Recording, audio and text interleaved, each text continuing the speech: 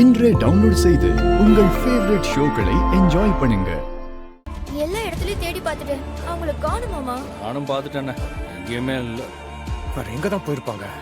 அண்ணா வீட்டுக்கிட்ட போய் பார்ப்போமா? ஏதோ சரியில்லைன்னு தோணுது.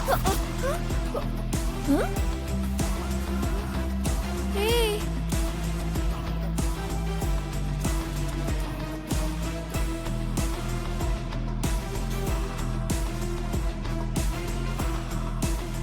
ஏய் ஏய் இங்க இப்ப எதுக்காக கோயில சுத்திக்கிட்டு இருக்க? இதுக்கு பேரு ஆடி பிரதட்சணம். அதான் எதுக்குன்னு கேட்டுக்கிட்டு இருக்க. நீங்க நல்லா இருக்கணும்னு வேண்டிக்கிட்டு தான் கோவில சுத்தி அடி பிரதட்சணம் பண்ணிட்டு இருக்காங்க.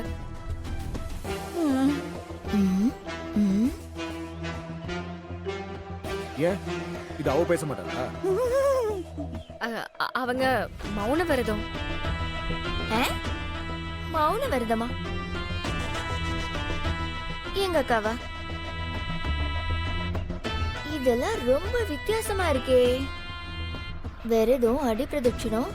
ஆமா, கார்த்திகை மாதம் இல்லையா, அதான் ஸ்பெஷல் காம்போ வேண்டுதல். காம்போவா?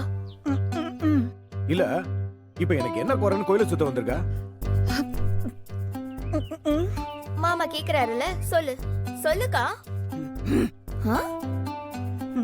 புருஷன் நல்லா இருக்கணும்னு பொண்டாட்டி வேண்டிக்கிறது நல்ல விஷயம் தானே. இதெல்லாம் புருஷனுக்கு தெரிகிற மாதிரி சொல்லிட்டு செய்யணும். அப்படி இல்லனா வேற ஏதோ இருக்குன்னு சந்தேகம் வரும். ஏய்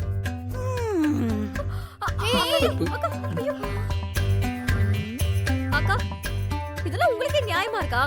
புருஷன் நல்லா இருக்கணும்னு பொண்டாட்டி அடி பிரதட்சணம் செய்யணும்னு செஞ்சாங்க. ஆனா இவங்கள இப்படி மயக்கம் போட வச்சுட்டீங்க.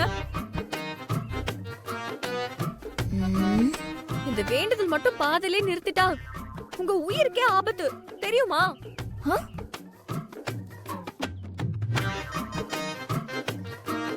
48 முறை கோவில சுத்தி வரணும்னு சொன்னாங்க. அக்கா 46 சுத்தி முடிஞ்சதும் நீங்க வந்ததுனால இப்படி மயக்கம் போட்டு விழுந்துட்டாங்க. இப்ப என்ன ஆக போகுதோ தெரியலையே. அதுக்கு என்ன பண்ணணும்? அந்த 47 48வது சுத்த ஜெயந்தி அக்கா மாதிரி உங்க அண்ணன் இந்த கோவில சுத்தி அந்த வேண்டுதலை செய்யணும். நல்லபடியா நடந்துருச்சுன்னா யார் உயிருக்கும் எந்த பிரச்சனையும் வராது. ஏய் ஜெயந்தி, எந்திரி எந்திரி. அண்ணா, அந்த மாதிரிலாம் நடக்கக்கூடாதுங்கிறதுக்கு தானே சொல்றாங்க. நீங்க பேசாம அதை பண்ணிருங்கண்ணே.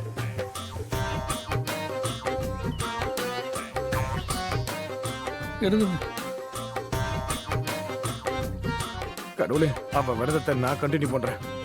அண்ணிய பாத்துக்கோ, வந்துடுறோம். வாங்கண்ணே. அக்கா